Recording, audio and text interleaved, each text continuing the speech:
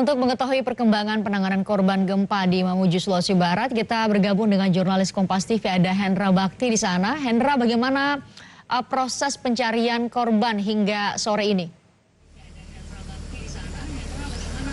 Presiden dan juga saudara, hari ketiga pasca gempa besar magnitudo 6,2 di Mamuju, Sulawesi Barat. Hari ini pihak Basarnas, BNPB, dan juga beberapa tim dan relawan masih terus melakukan pencarian korban dari gempa 6,2 magnitudo di Mamuju, Sulawesi Barat. Pencarian menyasar ke beberapa gedung-gedung atau bangunan-bangunan yang rubuh. Salah satunya adalah bangunan yang ada di Rumah Sakit Mitra di Mamuju, Sulawesi Barat. Hari ini tidak sama dengan beberapa waktu lalu. Pihak pencari, dalam hal ini Basarnas, relawan dan juga BNPB dibantu anjing pelacak yang didatangkan langsung dari Mabes Polri untuk kemudian bisa melacak keberadaan korban yang diprediksi masih ada di bawah reruntuhan Rumah Sakit Mitra. Ini diketahui setelah salah seorang warga datang ke Rumah Sakit Mitra ini menceritakan bahwa ia masih kehilangan 3 orang anggota keluarganya yang sebelumnya dirawat di Rumah Sakit Mitra, dan ada 3 orang ini yang kemudian sampai saat ini belum ditemukan. Sehingga laporan ini direspon langsung oleh pihak Basarnas dan tim untuk kemudian tetap melanjutkan pencarian. Saya katakan tetap melanjutkan pencarian karena di lokasi ini sebenarnya hari Sabtu kemarin dihentikan pencarian terhadap korban di Rumah Sakit Mitra. Namun karena ada laporan sehingga hari ini kembali dilanjutkan sampai kemudian ada tanda-tanda menemukan korban di bawah reruntuhan dari Rumah Sakit Mitra ini sampai beberapa hari ke depan. Tidak hanya di Rumah Sakit Mitra, pencarian korban gempa 6,2 magnitudo Mamuju beberapa waktu lalu juga difokuskan di beberapa tempat seperti di bangunan-bangunan warga yang kemudian saat ini sudah roboh dan runtuh begitu. Di belakang saya, saudara, upaya pembersihan yang dilakukan oleh pihak PUPR di depan kantor Gubernur Sulawesi Barat.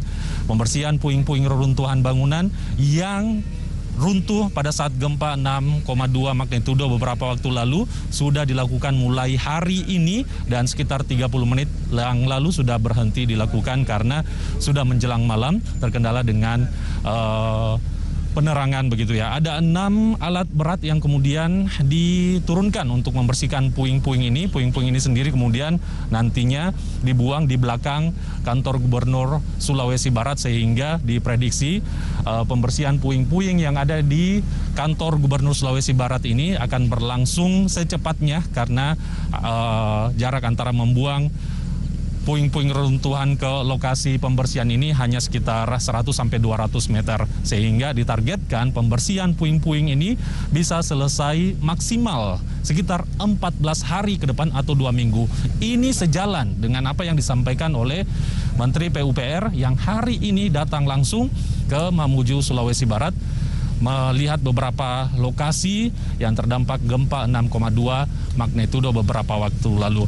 Beberapa poin yang disampaikan oleh Menteri PUPR Basuki Hadi Mulyono menyampaikan bahwa ada upaya untuk kemudian bisa membuka akses dari Majene ke Mamuju untuk kemudian melancarkan distribusi bantuan BBM dan juga beberapa lainnya yang ingin masuk ke Mamuju. Ini wajar karena pada saat kami menuju ke Mamuju beberapa waktu lalu, kami memang mendapati beberapa titik longsor di akses jalan Majene ke Mamuju, sehingga ini menghambat bantuan masuk ke dalam Mamuju, sehingga pada hari ini dampaknya masih ada beberapa orang yang tidak mendapatkan bantuan.